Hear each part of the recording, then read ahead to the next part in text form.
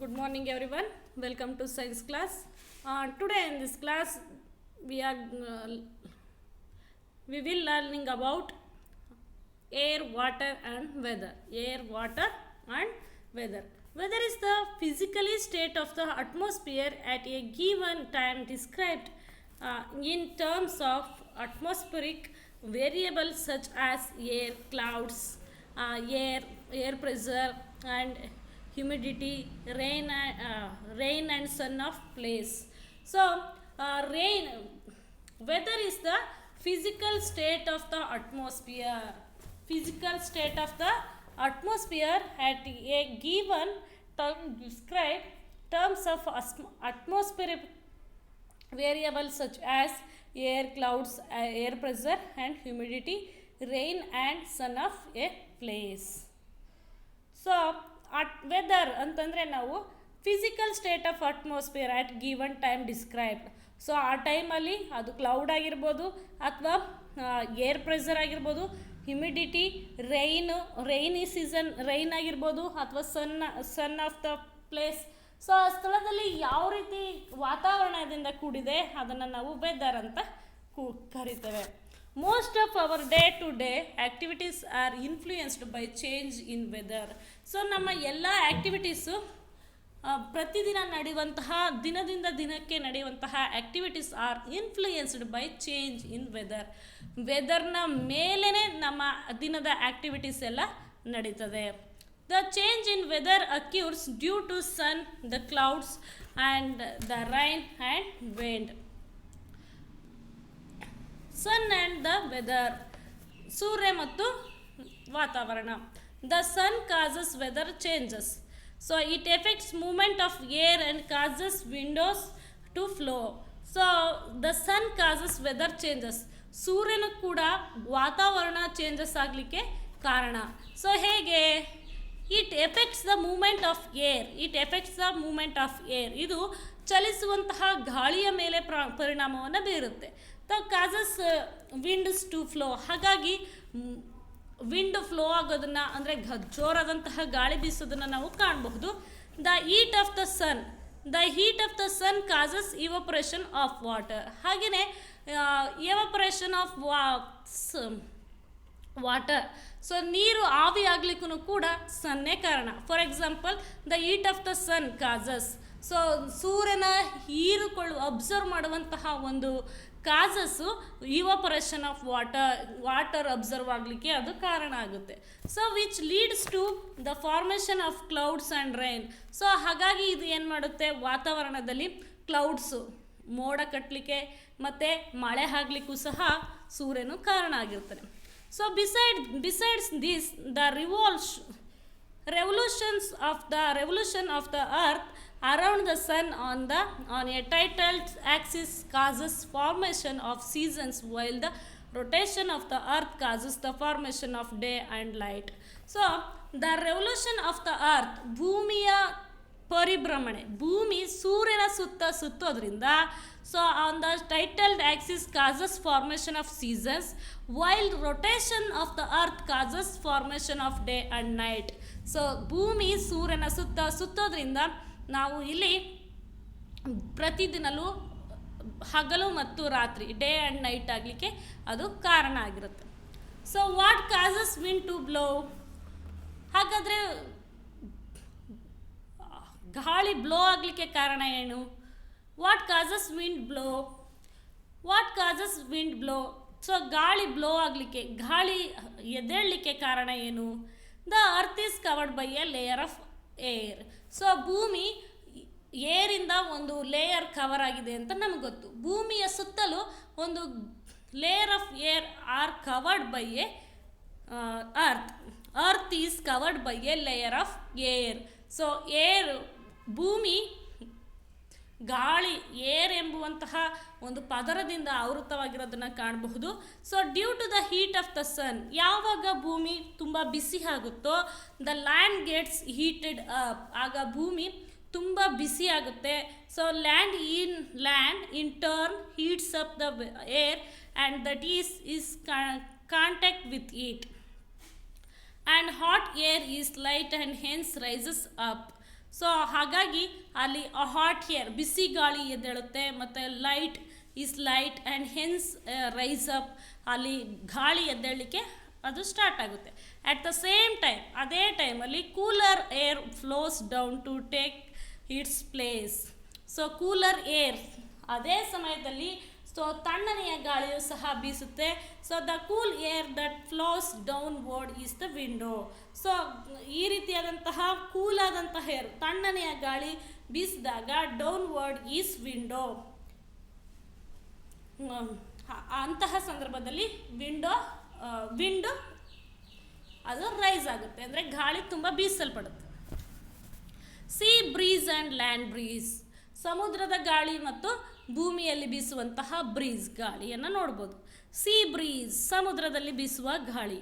The sun warms both the land and water. So ಸೂರ್ಯ ಭೂಮಿ ಮತ್ತು ವಾಟರ್ ನೀರು ಎರಡನ್ನೂ ಕೂಡ ಬಿಸಿ ಮಾಡ್ತಾನೆ, ಬಿಸಿಯಿಂದ ಕೂಡಿರುವ ಅದಕ್ಕೆ ಸನ್ನೆ ಕಾರಣ. So but the land warms up faster than water. So ನೀರು ಬಿಸಿಯಾಗೋದಕ್ಕಿಂತ ಹೆಚ್ಚಾಗಿ ಸೂರ್ಯನ ಶಾಖದಿಂದ ಭೂಮಿ ಬಿಸಿಯಾಗೋದನ್ನು ನಾವು ಕಾಣ್ಬೋದು. The sea is cool and lands is warm. So sea is cool and land is warm.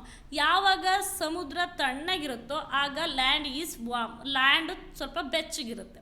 Hot air above the land rises, ಆಗ ಭೂಮಿಯಲ್ಲಿ ಬಿಸಿ ಗಾಳಿ ಎದ್ದೇಳುತ್ತೆ. And cool air above the sea blows towards. So ತಣ್ಣನೆಯ ಗಾಳಿ ಸೀಯಿಂದ ಅಂದರೆ ಸಮುದ್ರದ ಮೂಲಕ ಎದ್ದೇಳಿಸುತ್ತೆ. Towards the land and take its place.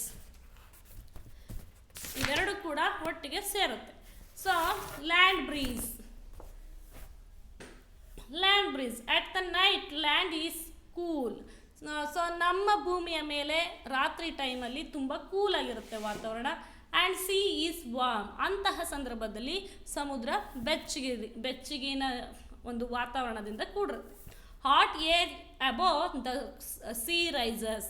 So ಸಿಯಲ್ಲಿ ಅಂತಹ ಸಂದರ್ಭದಲ್ಲಿ ಹಾಟ್ ಏರ್ ಅಂದರೆ ಬಿಸಿ ಗಾಳಿ ಎದ್ದೇಳುತ್ತೆ. So cool air above the land rushes to take its place, ಅದರಲ್ಲಿ ತಣ್ಣನೆಯ ಗಾಳಿ ಎಬ್ಬುತ್ತೆ. Thus breeze blows from land and to the sea. ಹಾಗಾಗಿ thus breeze blows from land to the sea. So sun and the water cycle. What happened here? Sun and the water cycle. So what is the relationship between sun and the water cycle? Water ಸೈಕಲ್ಗೂ ಸೂರ್ಯನಿಗೂ ಏನು ಸಂಬಂಧ ಅನ್ನೋದನ್ನು ನಾವು ನೋಡೋದಾದರೆ, the heat of the sun causes water to vapour from the water bodies and form water vapour. So ಅಲ್ಲಿ the heat of the sun causes water to vapour from the water bodies.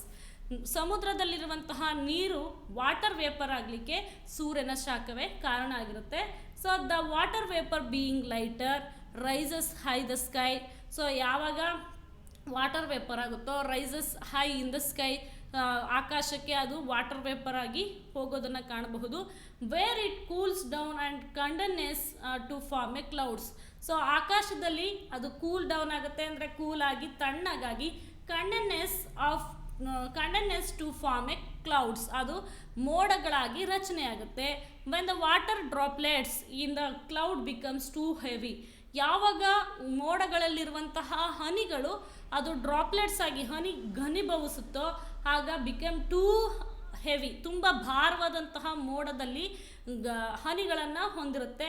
They fall on the earth in the form of rain, ಅದು ಮಳೆಯ ಹನಿಗಳಾಗಿ ಭೂಮಿಯ ಮೇಲೆ ಬೀಳೋದನ್ನು ಕಾಣಬಹುದು. The heat of the sun causes water to evaporate from the water bodies. Water ಬಾಡೀಸಿಂದ water vapour ಆಗೋದನ್ನು ನಾವು ಕಾಣ್ತೇವೆ. And form water vapour and the water vapour being lighter. Water vapour ಏನಾಗುತ್ತೆ, ಲೈಟರ್ ಆಗಿರುತ್ತೆ. ರೈಸಸ್ ಹೈ ಇನ್ ದ ಸ್ಕೈಗೆ ಅದು rises ಆಗುತ್ತೆ, ಮೇಲ್ಗಡೆ ಅಬ್ಸರ್ವ್ ಆಗೋದನ್ನು ನಾವು ನೋಡಬಹುದು. And where it cools down, ಯಾವಾಗ ಅದು ತಣ್ಣಗಾಗುತ್ತೋ, and condense to form clouds, ಅದು ಮೋಡಗಳಾಗಿ ಮಾರ್ಪಡುತ್ತೆ. When the water droplets in the cloud becomes too heavy, ಅದು ತುಂಬ ಭಾರವಾದಂತಹ ಡ್ರಾಪ್ಲೆಟ್ಸನ್ನು ಕ್ಲೌಡು ಹೊಂದಿರುತ್ತೆ. They fall on the earth in the form of rain. ಅವೆಲ್ಲವೂ ಕೂಡ ಮಳೆ ಹನಿಗಳಾಗಿ ಭೂಮಿಯ ಮೇಲೆ ಬೀಳುತ್ತದೆ. This continuous flow of water from the earth's surface to atmosphere and from the atmosphere back to the earth is called water cycle in nature. So ಇದೇ ರೀತಿಯಾಗಿ first ಏನಾಗುತ್ತೆ, ಭೂಮಿಯ ಮೇಲಿರುವಂತಹ ನೀರಿನ ಅಂಶಗಳೆಲ್ಲವೂ ಕೂಡ ಹೀಟ್ ಆಫ್ ದ ಸನ್ನಿಂದ ಏನಾಗುತ್ತೆ, ಅವೆಲ್ಲವೂ ಕೂಡ ವಾಟರ್ ವೇಪರ್ ಆಗಿ ಆಕಾಶವನ್ನು ಸೇರುತ್ತೆ. ಆಕಾಶದಲ್ಲಿರುವಂತಹ ಹನಿಗಳೆಲ್ಲವೂ ವಾಟರ್ ವೇಪರ್ ಏನಾಗಿರುತ್ತೆ ಅದೆಲ್ಲ ಕೂಲಾಗಿ ಕಂಡೆನ್ಸೆನ್ಸ್ ಆಗಿ of to form a clouds ಆಗಿ ಅಂದರೆ ಮೋಡಗಳಾಗಿ ಮಾರ್ಪಡುತ್ತೆ. ಮೋಡಗಳಲ್ಲಿ ಡ್ರಾಪ್ಲೆಟ್ಸ್ ಆಗುತ್ತೆ, ಅಂದರೆ ದೊಡ್ಡ ದೊಡ್ಡ ಹನಿಗಳು ಮೋಡಗಳಲ್ಲಿ ಸೇರ್ತದೆ. ಅದು ತುಂಬ ಭಾರವಾದಂತಹ ಸಂದರ್ಭದಲ್ಲಿ ಅದೇನಾಗುತ್ತೆ, ಭೂಮಿಗೆ ಮಳೆ ಆಗಿ ಸುರಿಯುತ್ತೆ. ಮತ್ತು ಆ ಭೂಮಿಯಲ್ಲಿ ನೀರು ತುಂಬಲ್ಪಡುತ್ತೆ, ನೀರು ಎಲ್ಲ ಕೆರೆ ಕಟ್ಟೆಗಳೆಲ್ಲ ತುಂಬಲ್ಪಡುತ್ತೆ. ಮತ್ತು ಅದು ಏನಾಗುತ್ತೆ, ವಾಟರ್ ವೇಪರ್ ಆಗುತ್ತೆ. ಮತ್ತು ವಾಟರ್ ವೇಪರ್ ಆಗಿ ಮೋಡಗಳಾಗಿ ಮಳೆಯಾಗಿ ಮತ್ತೆ ಭೂಮಿಗೆ ಸೇರುತ್ತೆ. ಹೀಗೆ ಅದು ಆಗ್ತಾ ಇರೋದನ್ನ this continuous flow of water from the earth surface to the atmosphere and the form of the atmosphere back to the earth is called water cycle in nature. ಇದನ್ನು ನಾವು ವಾಟರ್ ಸೈಕಲ್ ಇನ್ ನೇಚರ್, ಪ್ರಕೃತಿಯಲ್ಲಿನ ಜಲಚಕ್ರ ಎಂಬುದಾಗಿ ಕಾಣ್ತೇವೆ. ನೋಡಿ ಮಕ್ಕಳೇ, ಅಲ್ಲೊಂದು picture ಕೊಟ್ಟಿದ್ದಾರೆ. ಸೊ ವಾಟರಿಂದ ಇವಾಪರೇಷನ್ ಆಗುತ್ತೆ, ಸನ್ ಹೀಟ್, ಯಾವಾಗ ಸೂರ್ಯನ ಶಾಖದಿಂದ ವಾಟರ್ ಏನಾಗುತ್ತೆ, ಆವಿ ಆಗುತ್ತೆ, ಇವಾಪರೇಷನ್ ಆಗುತ್ತೆ. ಮತ್ತೆ ಅದು ಕ್ಲೌಡ್ ಆಗಿ ಕಂಡೆನ್ಸೇಷನ್ ಆಗಿ ಕ್ಲೌಡ್ ಆಗುತ್ತೆ. ಕ್ಲೌಡ್ ಆಗಿ ಮತ್ತೆ ರೈನ್ ಆಗಿ ಭೂಮಿಯನ್ನು ವಾಟರ್ ಸೇರುತ್ತೆ. ಇದನ್ನೇ ನಾವು ವಾಟರ್ ಸೈಕಲ್ ಅಂತ ಕರಿತೇವೆ.